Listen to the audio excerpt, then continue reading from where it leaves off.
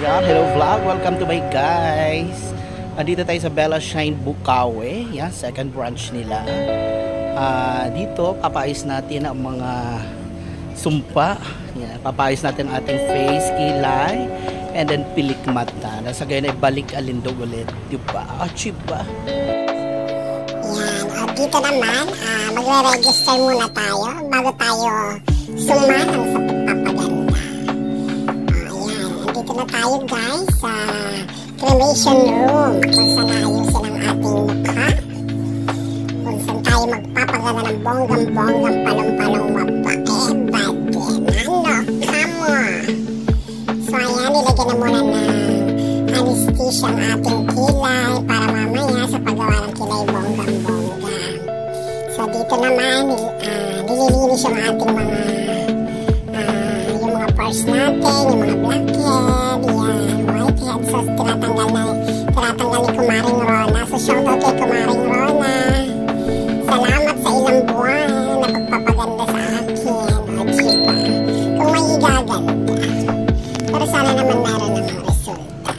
So super massage muna dito ang Kumaring nating expire. Yan, diba? Yan, sa facial. Para kahit paano mawala yung mga pores natin.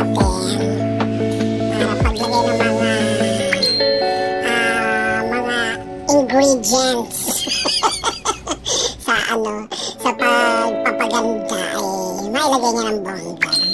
So dito ayan, nilalagyan niya na para sa carbon laser naman yan.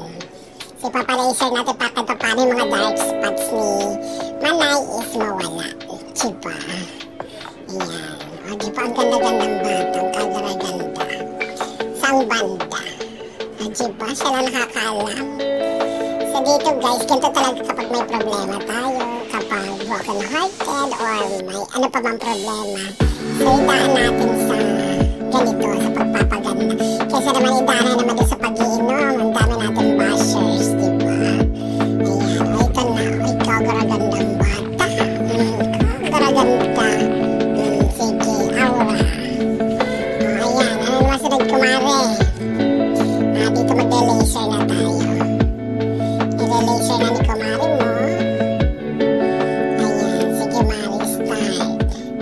Dito guys, hindi naman siya masakit. Mas masakit pa rin ako na niloko niya. Hugot, yeah. So shoutout kay Arnel. Yan, hello Arnel. Kung nasan ka man dyan ka na lang. So dito tamang laser muna. Ang sarap niya sa pakiramdam.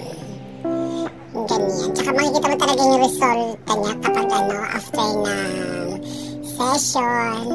Yung talaga yung mga medyo dark spots natin, medyo talagang siya, pumuputi.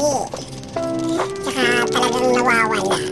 So kailangan siguro itong mga ilang session pa para talagang balik in alindog challenge ang Kumaring mong expire.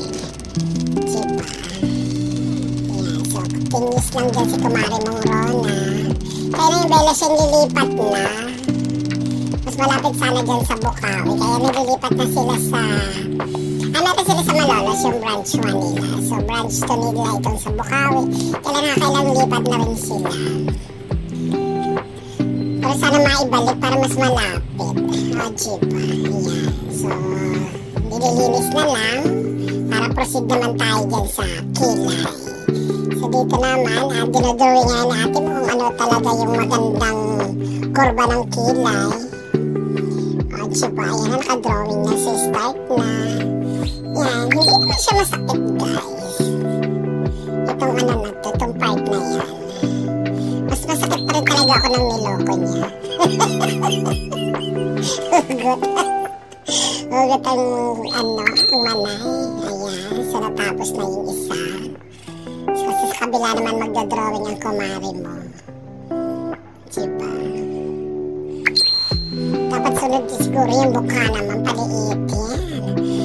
So yan ang para sa Bella Shine Bukawi. So proceed naman tayo sa Savage Aesthetic sa Bukawi, Bulacan. Yan talaga napakaganda ng ambience dito sa Savage. Yan.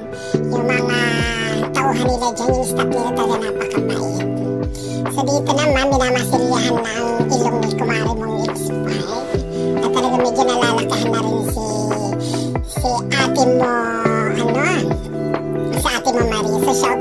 Maring Marie sa pag-assist sa akin dyan. Yan, maraming salamat sa Savage Aesthetic Bukawe, Bulacan. So ito na ang final. Diba? Ang kagandang bata. Sige. I-aura mo. Wapak. Diba?